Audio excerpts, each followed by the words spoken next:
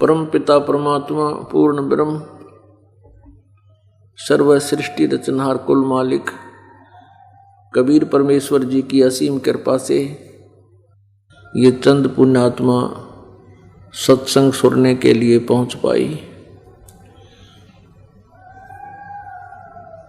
सकल पदार्थ हैं जगमाही और कर्महीन नर पावे नाही। परमात्मा पूर्ण ब्रह्म सारी सृष्टि के रचनहार कबीर देव जी ये हम सभी आत्माओं के एकमात्र मालिक हैं। ये हमारे अपने हैं। अपनों का दुख अपने को ही होता है। ये काल जिसको हम अपना मालिक मानते हैं, क्योंकि हम अपने कर्मों के कारण, अपनी गलती के कारण इस काल के पराधीन हो गए। अब ये जैसे भी चाहता है वैसे हमारी नाच नचा रहा है, वैसे हमें कष्ट दे रहा है। और उसको कष्ट देने का उद्देश्य ये भी है कि वो हमें जितना दुखी करेगा उतना ही हमारे पिता को कष्ट होगा। इस निकम्मी आत्मा ने स्वयं वहाँ गलती की थी। एक पैर पे खड़ा होकर इसने 70 युग तप एक किया, 70 युग एक किया, 64 युग एक किया। परमात्मा के बार बार आकाशवाणी करने पर भी सतर्क नहीं हुआ। फिर भी उस दयालु ने इसको वहीं सतलोक में स्थान दे दिया था कि तू एक कोने में यहाँ पड़ा रहे, अपने 21 ब्रह्मांड लेकर। इसने जो डिमांड की थी कि मुझे स्थान अलग दे दो। फिर हमने गलती की थी कि हम परमात्मा की आज्ञा की अवहेलना करके अपने मालिक से, हम अपने मूल मालिक से, अपने स्वामी से हम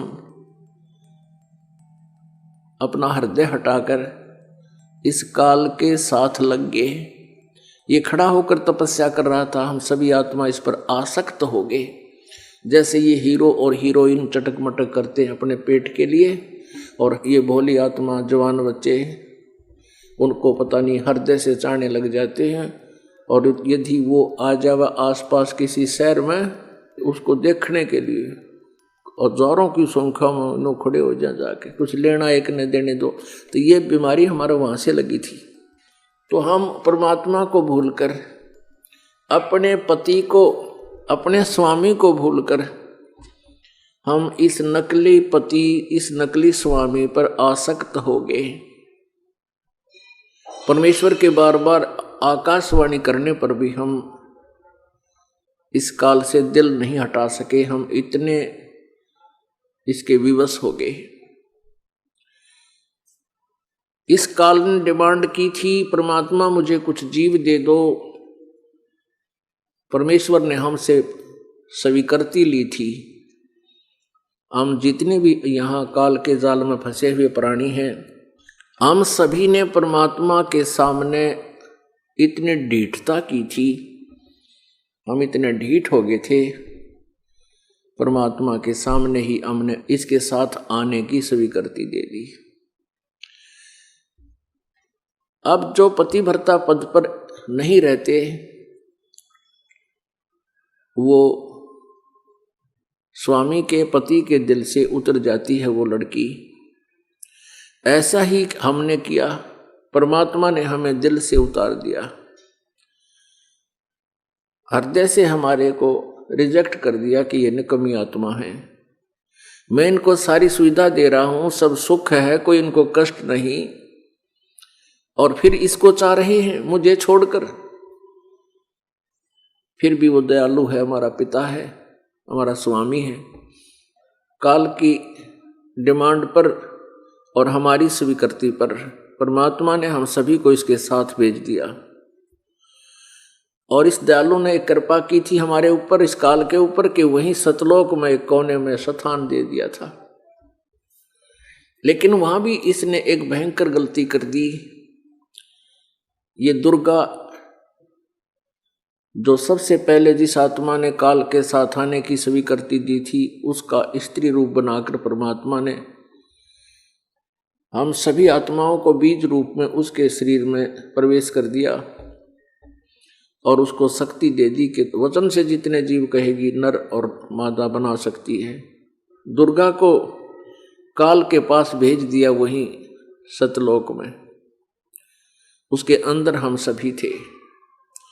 काल ने वहां इसने एक जुल्म किया, इस ब्रह्म ने दुर्गा के साथ दुष्कर्म करने की चेष्टा की, जबकि दुर्गा ने कहा कि मेरे को पिता ने वचन शक्ति दे रखी है, जितने तू जीव कहेगा मैं बना दूंगी, पर यो एक नहीं मान्या। जबरदस्ती करनी चाहिए तो दुर्गा ने इसके शरीर में प्रवेश कर लिया। फिर परमात्मा से अर्ज लगाई, मेरी रक्षा करो, मुझे बचाओ। तब परमेश्वर जोगजीत अपने पुत्र के रूप में वहां प्रकट हुए, दुर्गा को उसके काल के पेट से निकाला और फिर वहां से 21 ब्रह्मांड समेत सतलोक से भी हम सभी को निकाल दिया। सतलोक से हम 16 शंख कोस की दूरी पर आ गए। एक कोस लगभग 3 किलोमीटर के डिस्टेंस का होता है।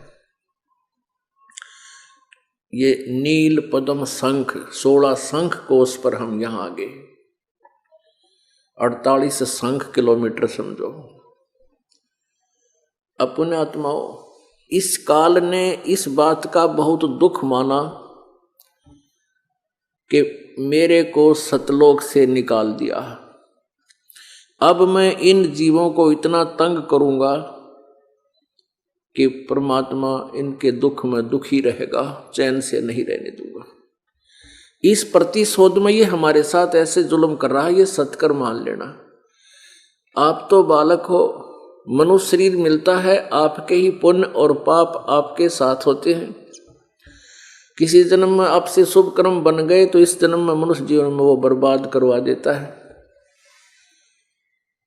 और आज वैज्ञानिक युग हो गया और विज्ञान भी परमात्मा का शत्रु है, जबकि उसी का देन है ये मटेरियल और ये सब जितना भी यह खोज है गॉड गिवन मटेरियल से ही हुई है। अब हम इतने छाने बन गए कि क्या भगवान है ही नहीं कहीं, अपने आप संसार बना है, अपने आप परमाणुओं से जुड़कर पृथ्वी बन गई है। ये तो बनावटी बातें हैं। और कहते हैं नर्मदा से अपने आप ही जीव उत्पत्ति हो जाती है, इसमें भगवान का रोल कतई नहीं। पुण्यात्माओं, अभी तो परमात्मा की आस्था हृदय में है, लेकिन आने वाले 5, 4, 10 हजार वर्ष के बाद ऐसे सिरफरों की कमी नहीं रहेगी जो ये कहा करेंगे भगवान कहीं नहीं है। आज भी जो विज्ञान को महत्व देते हैं वो लोग भी यही सिद्ध करने की चेष्टा करते हैं कि परमात्मा नाम की कोई चीज नहीं है। ठीक है, ये काल की व्यवस्था है। ये काल अपना काम करेगा, लेकिन दयाल अपना काम करेगा। तो पुण्यात्माओं, आज आपके ऊपर मेहर है मालिकी कि आप परमात्मा के चरणों में लग चुके हो। और ये काल हमें दुखी करता है। परमात्मा को मालूम था कि ये जालिम व्यक्ति है, इसलिए इसको एक श्राप दे दिया कि तू 1 लाख मानव शरीरधारी प्राणियों का नित आहार करेगा। अब इस श्रापवश इसकी मजबूरी है, हमें एक मानव शरीर देता है, अन्यथा ये मानव शरीर भी नहीं देता आपको। ये सत्कर मान लेना। अब मालिक को पता था कि इन्हें गलती जो कर दी सो कर दी, इसका भोगते ही भोगेंगे और मनुष्य शरीर होगा। फिर मैं जाऊंगा, इनको अपना यथास्थान बताऊंगा, एक आदि पुण्यात्मा को यहाँ सतलोक में लाऊंगा, फिर इनको सच्चाई से परिचित करा के फिर वापस छोड़ दूंगा।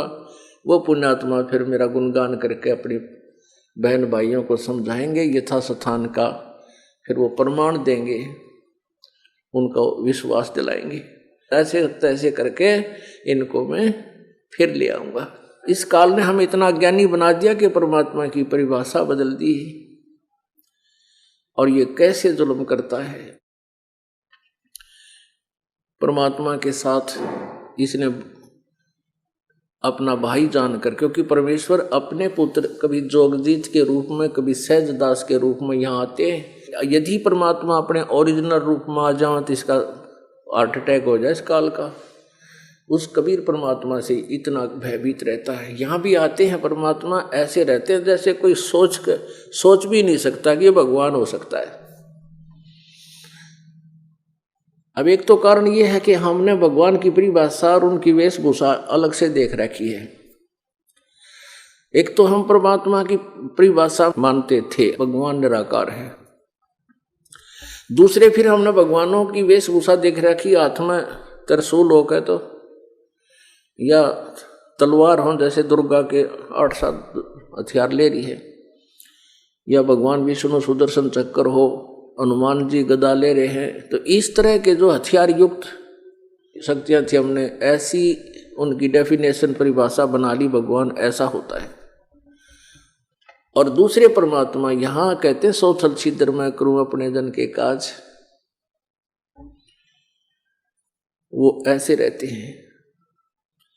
तो जब परमात्मा अपने पुत्र सहजदास के रूप में आया, जोगजीत रूप में आए, तो तपतशिला जहां ये काल 1 लाख मानव शरीरधारी प्राणियों के सूक्ष्म शरीर को वहां भूनता है, जलाता है, तब उसमें से मेल्ट करके गंध निकालता है जो सारे जीवन में ये प्राणी खाता है। और उस गंध को फिर ये शौक से आहार करता है।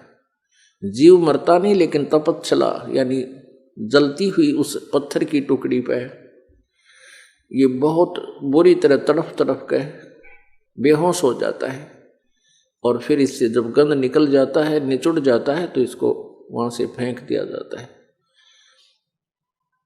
फिर जीव मरता नहीं, अपने कर्म आधार पर अन्य जो भी इसने राजा बनना है राजा बन जाता है, स्वर्ग में जाना स्वर्ग चला जाता है, कुत्ते गधे की योनि में जाना है वहां चला जाता है।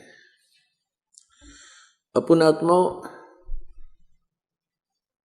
जैसे दास सृष्टि रचना सुनाता है तो कई बोली आत्मा बहुत सी शंकाएं उत्पन्न कर लेते हैं। शंकाओं का होना स्वाभाविक है, क्योंकि हमने ज्ञान गलत ग्रहण कर रखा है। और कहते हैं कि भगवान ने क्या श्राप नहीं देना चाहिए था। परमात्मा ने, कबीर परमेश्वर जी ने इसको श्राप दे दिया 1 लाख मानव शरीरधारी जीव खाने का, तो आज ये हमें मार रहा है, जन्म दे रहा है।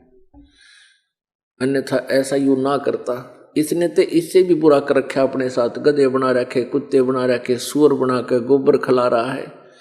और क्या कर सकता है इससे ज्यादा? ये किसी का बेटा मार रहा है, किसी की बेटी मार दी, पूरा परिवार का नाश कर दिया, अक्षेत्र के अक्षेत्र को मार कर खत्म कर देता है अपने स्वाद के लिए, अपने आहार के लिए।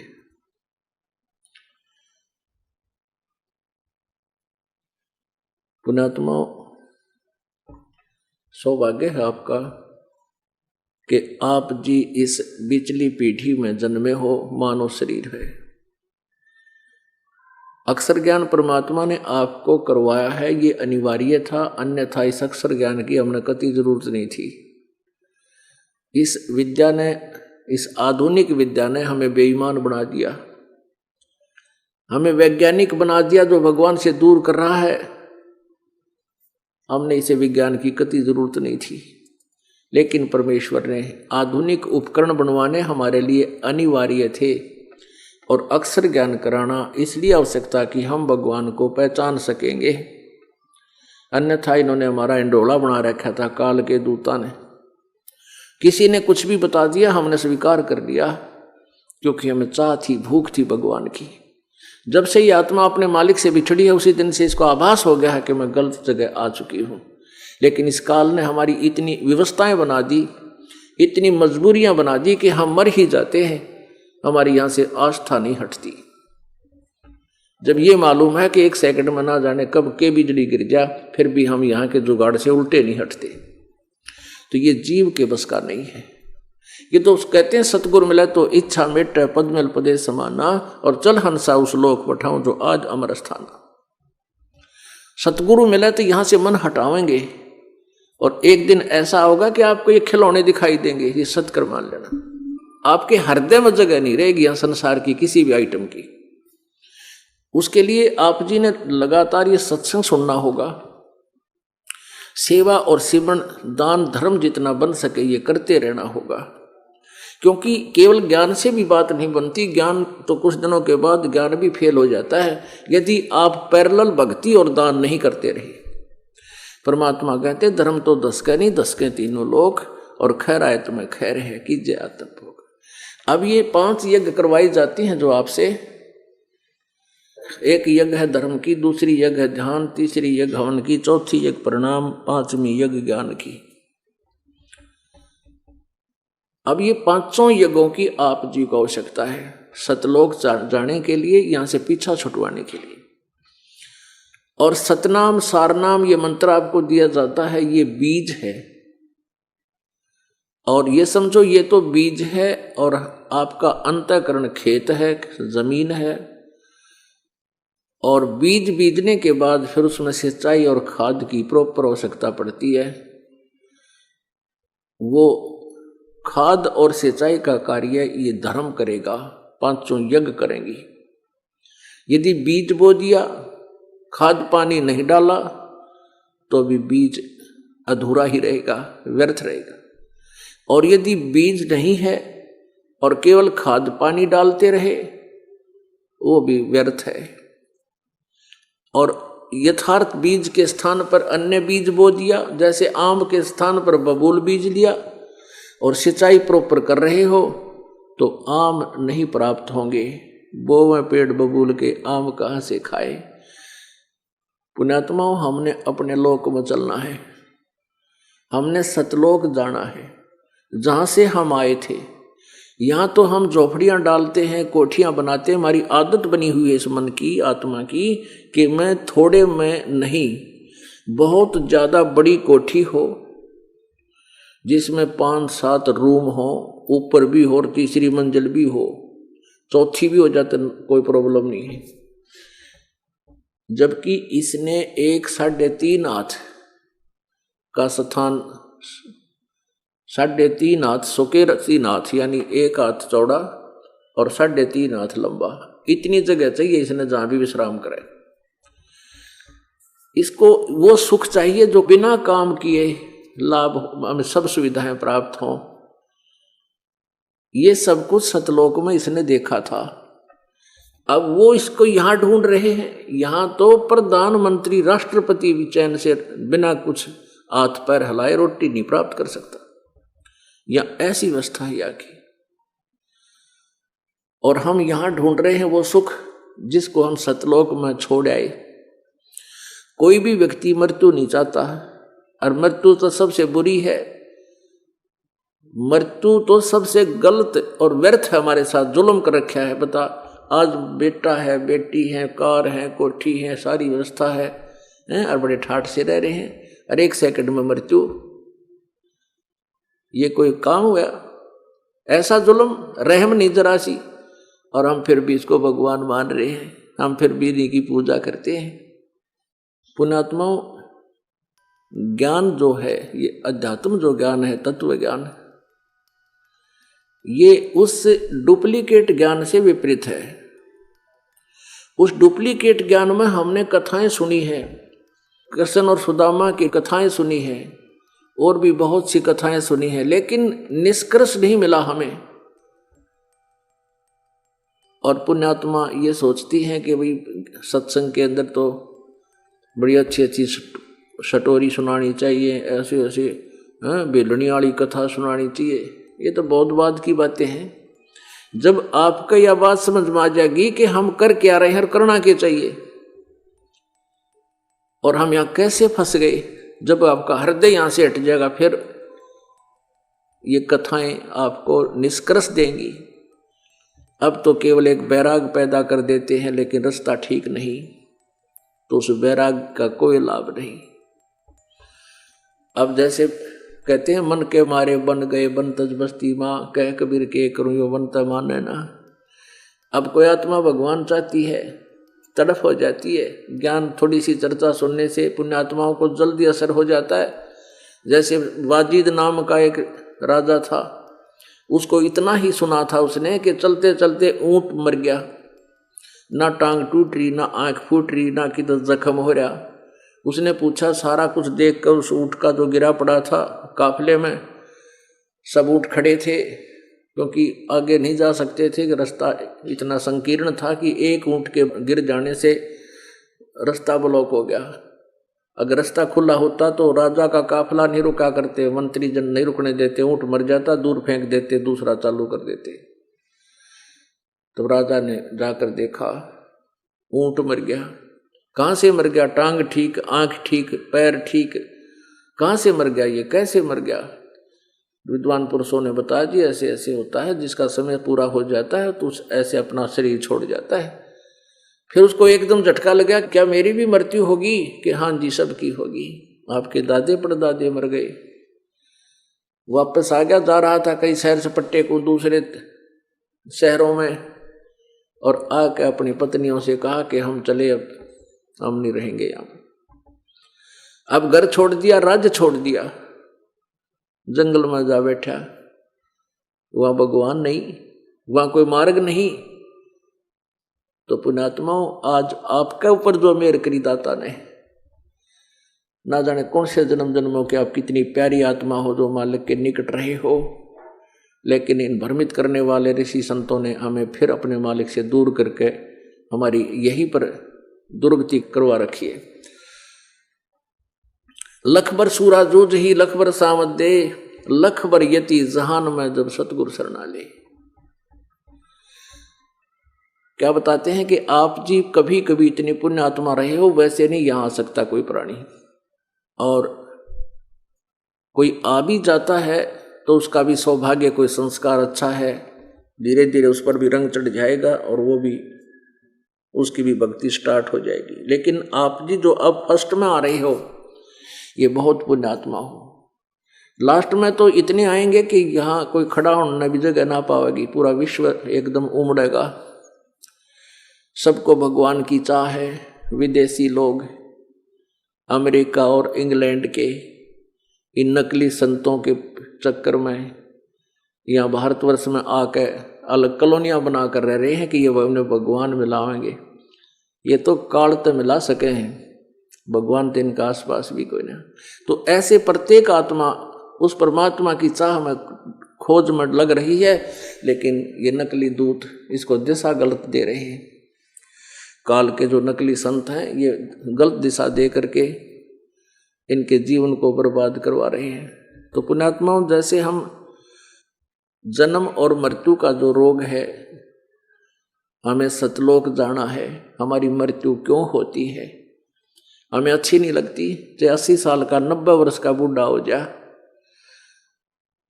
और वह भी ये चाहता है कुछ दिन सांस और मिल जाए, बिल्कुल ठीक है।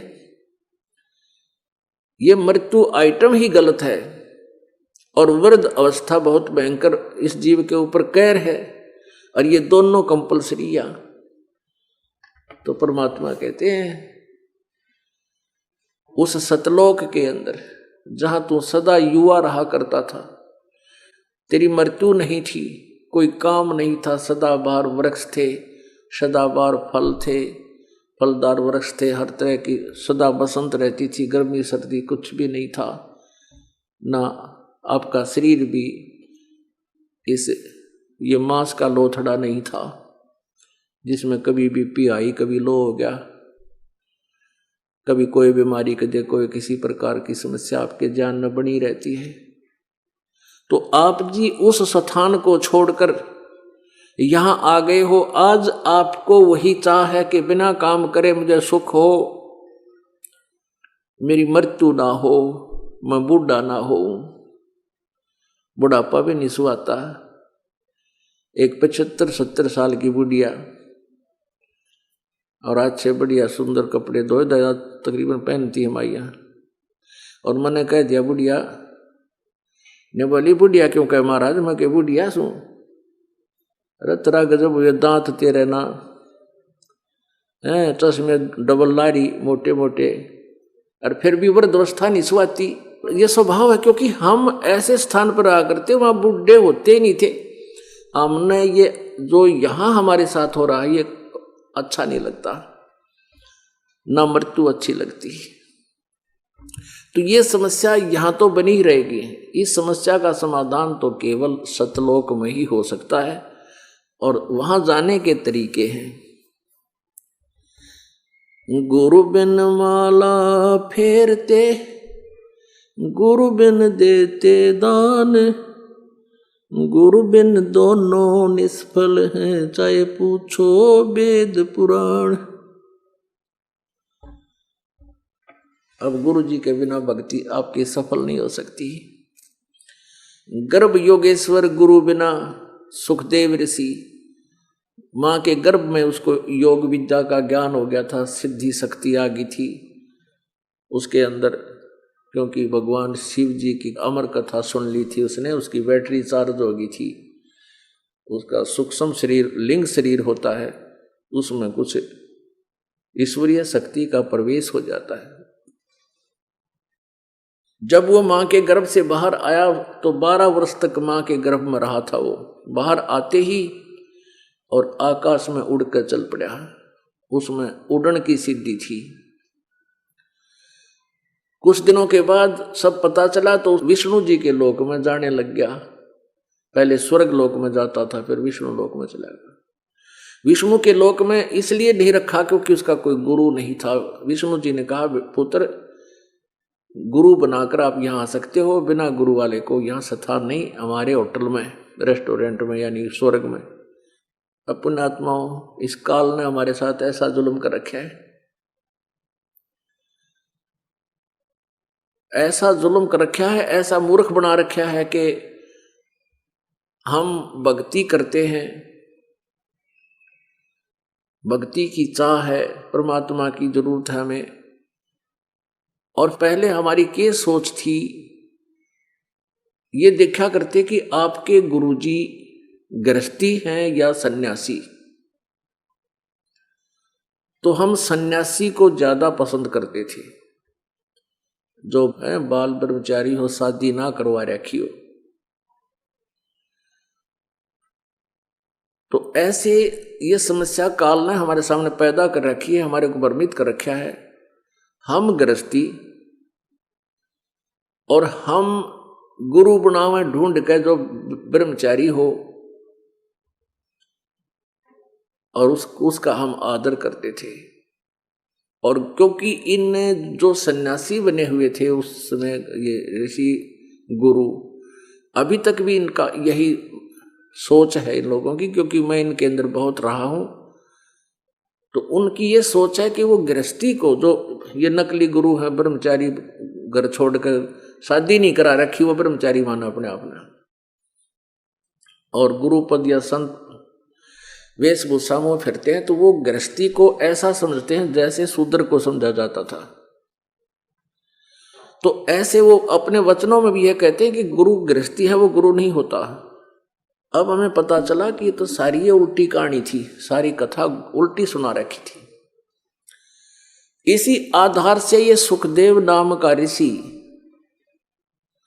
बाल ब्रह्मचारी 25 साल का हो गया, 30 वर्ष का, और स्वर्ग में चला जाता अपनी सिद्धि से। एक सिद्धि आकाश से उड़ जाई तो स्वर्ग में जाता था, स्वर्ग का इंद्र भी अपनी गद्दी छोड़ देता था इसके लिए, इतना आदर देता था, और ऋषि देव भी वहां उनका बहुत सत्कार किया करते थे। अब इसी भूल में एक दिन ये विष्णु लोक में चला गया।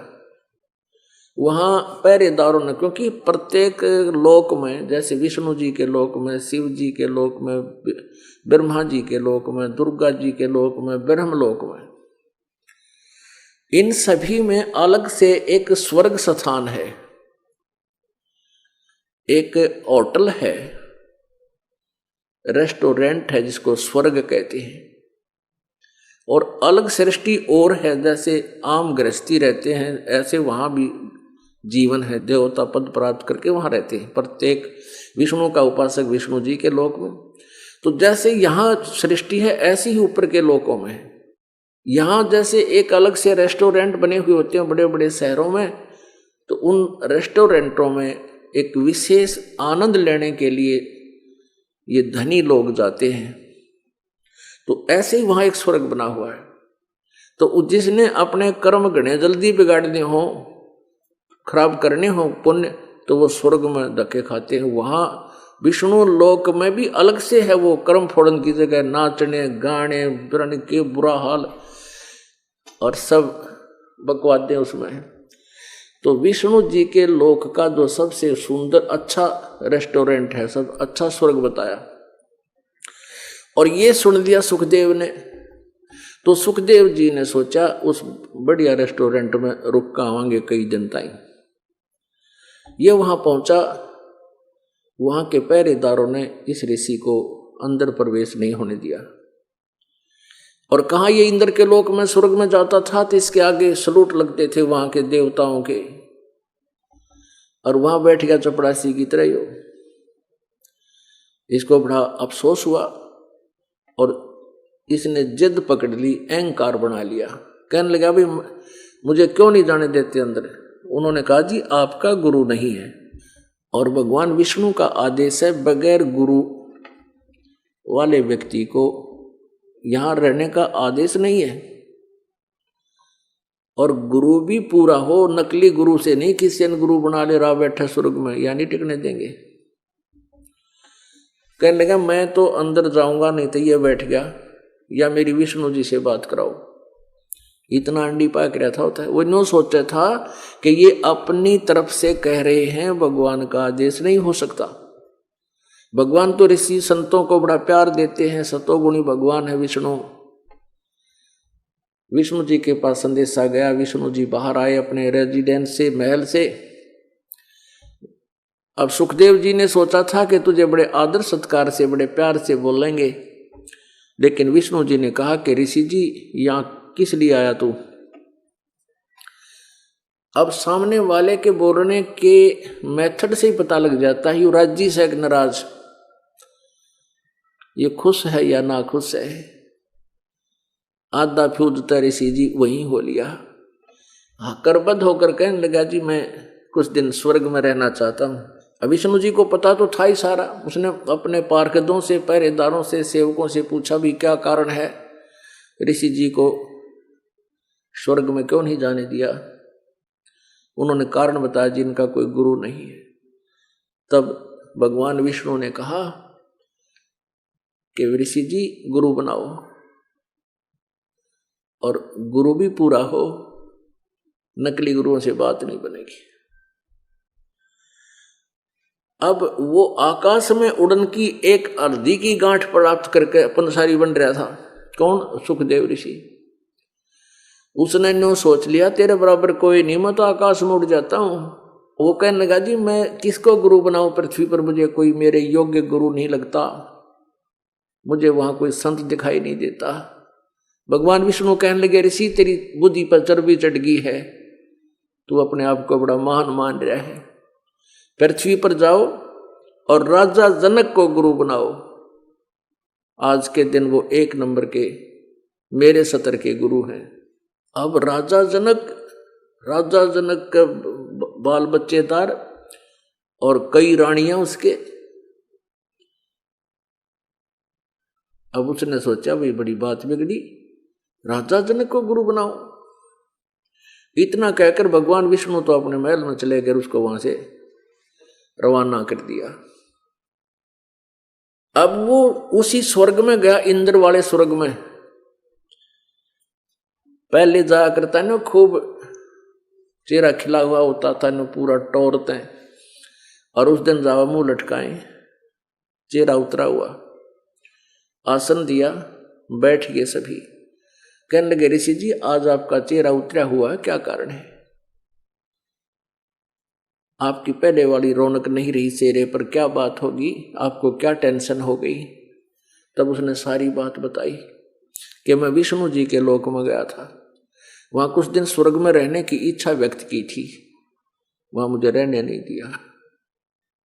तो सभी देवता, नारद जी जैसे ऋषि कहने लगे नहीं ये नहीं हो सकता, वो तो सीने से लगाते हैं, बहुत दयालु भगवान है। ऋषि जी बात बता कहाँ बिगड़ रही है, कोई और कारण है, आप वो छुपा रहे हो।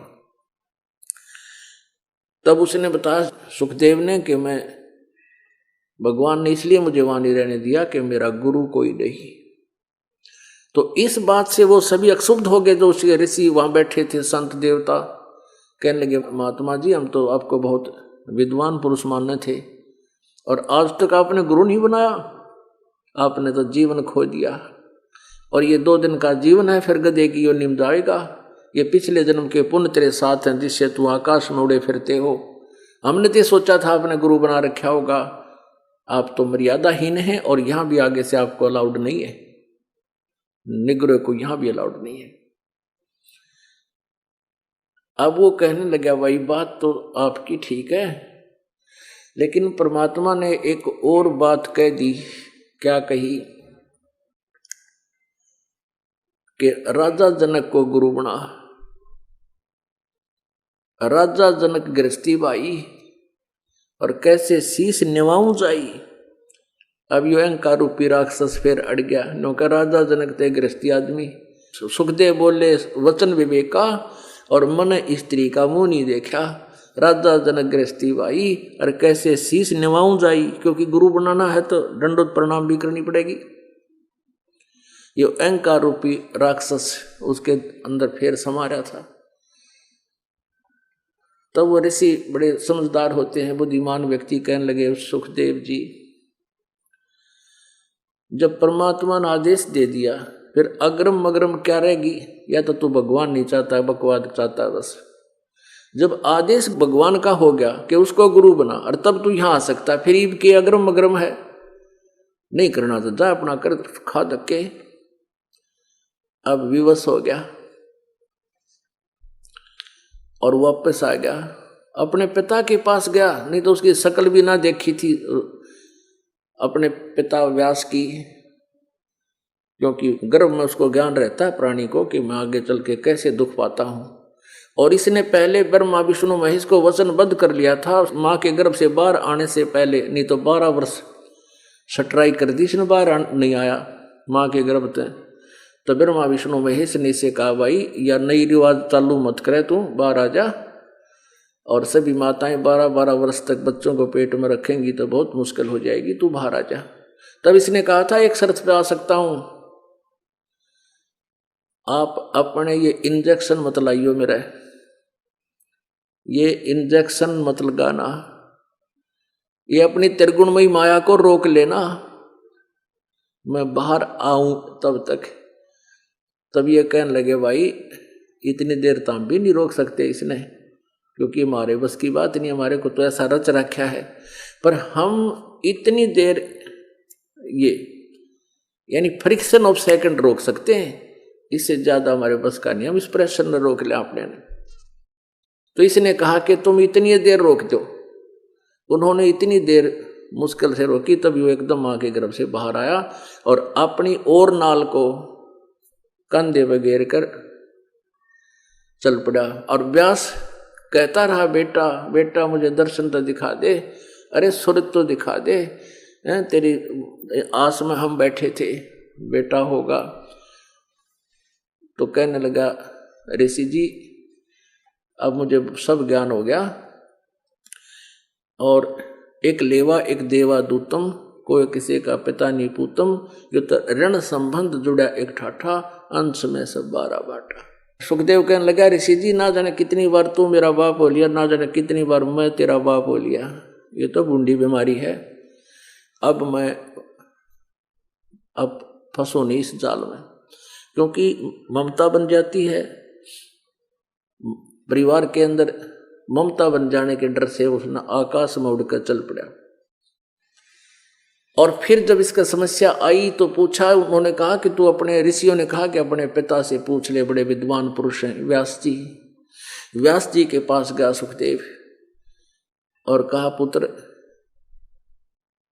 आजा, तेरी बहुत इंतजार थी मुझे, मेरी आत्मा खुश होगी अपने पुत्र को देख के। ये मोह इतना जबरदस्त होता है जीव का, इस काल ने जकड़ रखा हमारे को। खुशी मनाई व्यास ने बेटे के दर्शन करके। फिर उसने प्रश्न किया कि पिताजी मैं ऐसे ऐसे सारी कहानी सुना दी। तो व्यास जी ने भी एक बात कही, अरे बेटा तूने तो मेरे से जन्म लेकर भी बर्बाद कर दिया, तू गुरु नहीं बना रखा। मैंने तो सोचा था कोई अच्छा गुरु बना लिया होगा, क्योंकि आप बहुत अच्छे विवेक वाली बातें कहकर यहाँ से गए थे, और तू तो भाई कति मूर्ख का मूर्ख है, तेरा जन्म बर्बाद हो जाएगा बेटा। फिर उसने कहा कि पिताजी, भगवान विष्णु जी ने एक समस्या पैदा कर दी। वो कहते हैं राजा जनक से नाम लो और मैं बाल ब्रह्मचारी, और राजा जनक से कैसे उपदेश लूं, उसको कैसे प्रणाम करूंगा, मुझे शर्म आवे। अब व्यास जी बड़े बुद्धिमान व्यक्ति थे, कहने लगे बेटा जब परमात्मा का आदेश है तू अवहेलना कर रहा है, अब यहां से चला जा, तो मेरा कुछ नहीं लगता, खड़ा हो ले बस यहां से। अरे तू भगवान से बड़ा बन गया अपने आप। अपने आत्माओं, ये छोटी सी जादूगरी पाकर आकाश में उड़ जाने वाली फुल्ला नहीं समा वो बोली आत्मा। अब चारों तरफ से धक्के जब लग गए इस नालायक प्राणी के, तब राजा जनक के चरणों में जाकर उपदेश लिया। तब राजा जनक ने एक लीला की, अपनी पत्नी से कहा कि नौकरानियों को कहो एक चूल्हे पर गर्म पानी करें और कढ़ाया रख दें, उस पर कढ़ाया पानी के, जलेबी तारण के कढ़ाई रोड बड़ा, और उसको भरकर चूल्हे में लकड़ी डालकर इतना उबाल दो जैसे कति फूल उबल जाए, चाय बना कर जो जैसे। और कहा कि इसके साथ में पटड़ा डाल दे, मैं नहाऊंगा। राजा जनक के पास सुखदेव ने जाकर प्रार्थना की कि मुझे उपदेश दो। राजा जनक ने पहले तो मजाक समझा, लेकिन फिर वो उसकी आंखों में आंसू देखे, फिर मान गया कहाँ जिसकी बुद्धि ठिकाना आएगी। उबलते हुए कढ़ाई, जो पानी उबल रहा था उसके पास में नहाने के लिए पहले पाटड़े हुआ करते लकड़ी के, वो डलवा लिया। और कहते हैं राजा जनक के 10,000 रानियां थी, उनमें जो मुख्य थी पटरानी होती है, वह उससे कहा कि आप मुझे स्नान कराना। अब पहले बहुत सेवा किया करती थी अपने पतियों की ऐसी पत्नियां, एक ऐसा नियम सा बना हुआ था। उस उबलते हुए पानी के कढ़ाई, जल के कढ़ाई के पास पाटड़ा डाल लिया, नहाने का पात्र, और सामने सुखदेव बैठा दिया। बैठ गया सामने, एक चादर बिछा रखी, कंबल बिछा रखा, जमीन पर बैठ गया। अब उसकी पत्नी के करे उस उबलते कढ़ाई में से जल का लोटा भरे और राजा जनक के सिर पर गिरे चोटी में, और अपने हाथा ते नुआवे। नो पानी क्यों नुआओ जब हाथा भाई पड़े गेल की गेल। और सुखदेव न्यू करे, अब पानी डालने राजा जनक पर उबलता हुआ, और सुखदेव न्यू करे कि जड़ेगा भी। अब राजा जनक ने कहा कि हे ऋषि ब्रह्मचारी, मेरे स्नान करने के बाद मेरे शरीर पर जो पानी डाला जा रहा है और ये बह करके नीचे गटर में से जा रहा है, मोरी में कह व्यास के पुत्र, इस मेरे नहाने के बाद जो जल नीचे चला गया तो इसमें उंगली देकर दिखा दे, मैं मान जाऊंगा तो किसा बाल ब्रह्मचारी और सिद्ध पुरुष है। नो बोला ना, मैं ना दूं, मेरी तो सारी आंगली जल जा, इतना गर्म है ये। यानी स्नान शरीर पर जल डालने के बाद तो 40% ठंडा हो जाता है, और वो उस पर से जाकर नाली में बह के जा रहा है और उसमें भाप उठती जा। राजा जनक कहने लगा, व्यास के बेटे तू बाल ब्रह्मचारी, दे इसमें उंगली दे दे। ने बोला मैं ना जो उंगली, कति जल जा मेरी सारी, खत्म हो जाए मेरी उंगली, इसमें ढूंढी नहीं मिलेगी।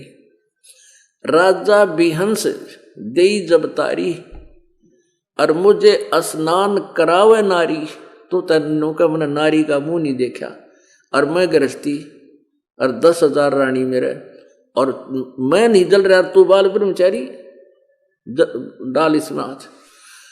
तो उसने कहा नहीं। तो क्या बताते हैं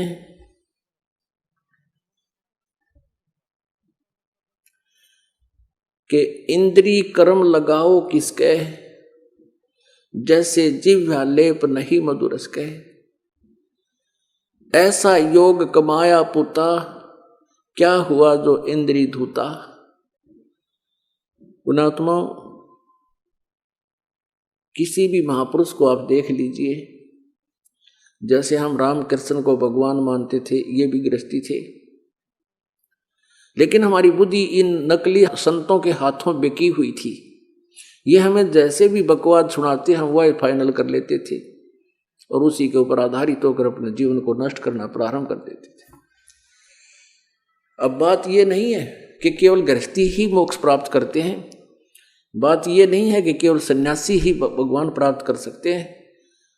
अब परमात्मा के पाने के लिए वो यथार्थ क्रिया होनी चाहिए, बकवाद ना हो, दुराचार नहीं हो, विकार नहीं हो, बीड़ी शराब मांस तम्बाकू इस तरह रिश्वतखोरी 2 नंबर काला बाजारी ये कभी नहीं होनी चाहिए। चाहे गृहस्थी है, चाहे शादीशुदा है या बगैर शादीशुदा है, मर्यादा में रहे, सत्य मंत्र हो, सच्ची भक्ति हो, दोनों मोक्ष प्राप्त कर लेंगे। पुण्यात्मा, अब सुखदेव ऋषि को कितना वैराग था। राजा जी ने गुरु भी बना लिया लेकिन मोक्ष नहीं, स्वर्ग तक गए दोनों गुरु चेला।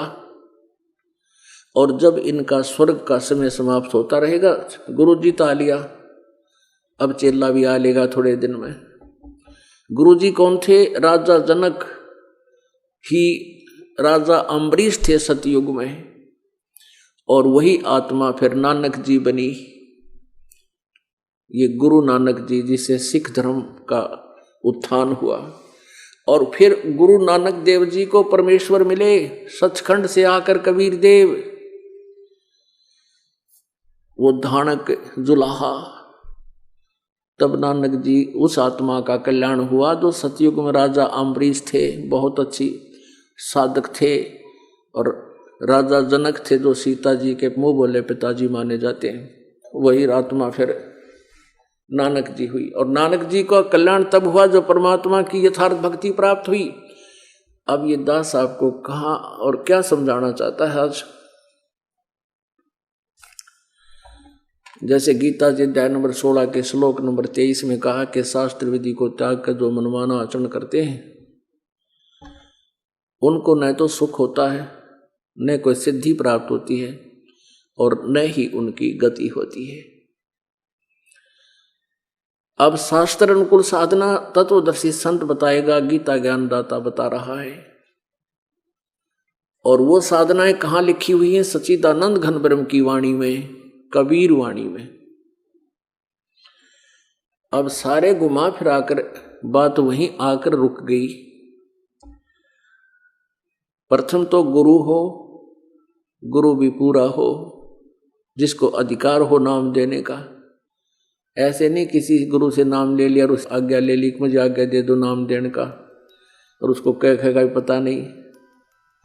तो ऐसे पूरा गुरु हो, और एक बार में सतगुरु एक ही होता है, क्योंकि परमात्मा स्वयं आए थे सतगुरु की भूमिका करने के लिए। उस समय 64 लाख शेष थे परमेश्वर के, और उस समय कोई मीडिया भी नहीं था, और अकेले ही नामदान किया करते थे। नहीं तो वो भी बहुत से क्षेत्र वाइज अन्य अधिकारी बना सकते थे, लेकिन उनको मालूम था कि गुरु पद पर होना कोई बालकों का खेल नहीं है, ये आसान बात नहीं है। ये तो परमात्मा का जिसके ऊपर पंजा हो, आदेश हो, उसकी शक्ति मालिक की फिर साथ रहती है। अब जैसे यहाँ कोई 33 kV का पावर हाउस है, उसको पीछे से कनेक्शन है उसका थर्मल प्लांट से, तो वो अपना काम ठीक कर रहा है। और आगे जिन्होंने उनसे राहत ले रखी है, कनेक्शन ले रखे हैं, उनका भी कनेक्शन ठीक रहना चाहिए, तो पावर उसके घर पर काम करेगी। तो ऐसे ही गुरु जो होता है वो ये सोच लो 33 kV का पावर हाउस है, और उसका मूल संचार कहाँ से हो रहा है? थर्मल प्लांट तय। तो ऐसे ही कबीर परमेश्वर जो थर्मल प्लांट है, और गुरु जो उसका नुमाइंदा होता है जिससे वो कनेक्टेड है, वो पावर हाउस है, उससे फिर आपने कनेक्शन लेने हैं। और कनेक्शन ठीक है, आपको कनेक्शन ठीक रखना पड़ेगा, अन्यथा आपका कनेक्शन कटते ही वो सुविधा बंद हो जाएगी। गुरु मर्यादा में रहना होगा। प्रसंग चल रहा है कि जैसे हम खेत में बीज बो देते हैं, गेहूं बो दिया, उसमें सिंचाई नहीं करी तो भी व्यर्थ है, खाद ना डाला तो भी उसका लाभ पूरा नहीं मिल पाएगा। तो खाद और सिंचाई जो जल है, ये पांचों यज्ञ है, ये पांचों यज्ञ हैं। और बीज जो है ये सतनाम है, सतनाम और सारनाम, और आपको जितने मंत्र दिए जाते हैं जाप करने के, ये ट्रीटमेंट है, ये बीज है। अब समझदार व्यक्ति को संकेत बहुत होता है। अब दूसरा उदाहरण देते हैं, जैसे कोई भयंकर रोगी है, अक्षीण काया होगी है उसकी, डॉक्टर के पास जाता है तो सबसे पहले वो ग्लूकोज लगाता है, ग्लूकोज लगा देता है। अब ग्लूकोज जो है ये रोग नाशक नहीं है, ग्लूकोज तो शरीर को सहारा देता है, पानी की त्रुटि को, पानी की कमी को पूरा करता है। लेकिन रोग नाशक कैप्सूल, इंजेक्शन, टैबलेट्स ये भिन्न होती है। तो पुण्यात्माओं, ये ज्ञानहीन गुरुओं ने हमारे को इनकम्प्लीट वे ऑफ वर्शिप दे रखा था, अधूरा पूजा की विधि बता रखी थी। जैसे कुछ तो ये अवन पे गाटा जोड़ रहे हैं।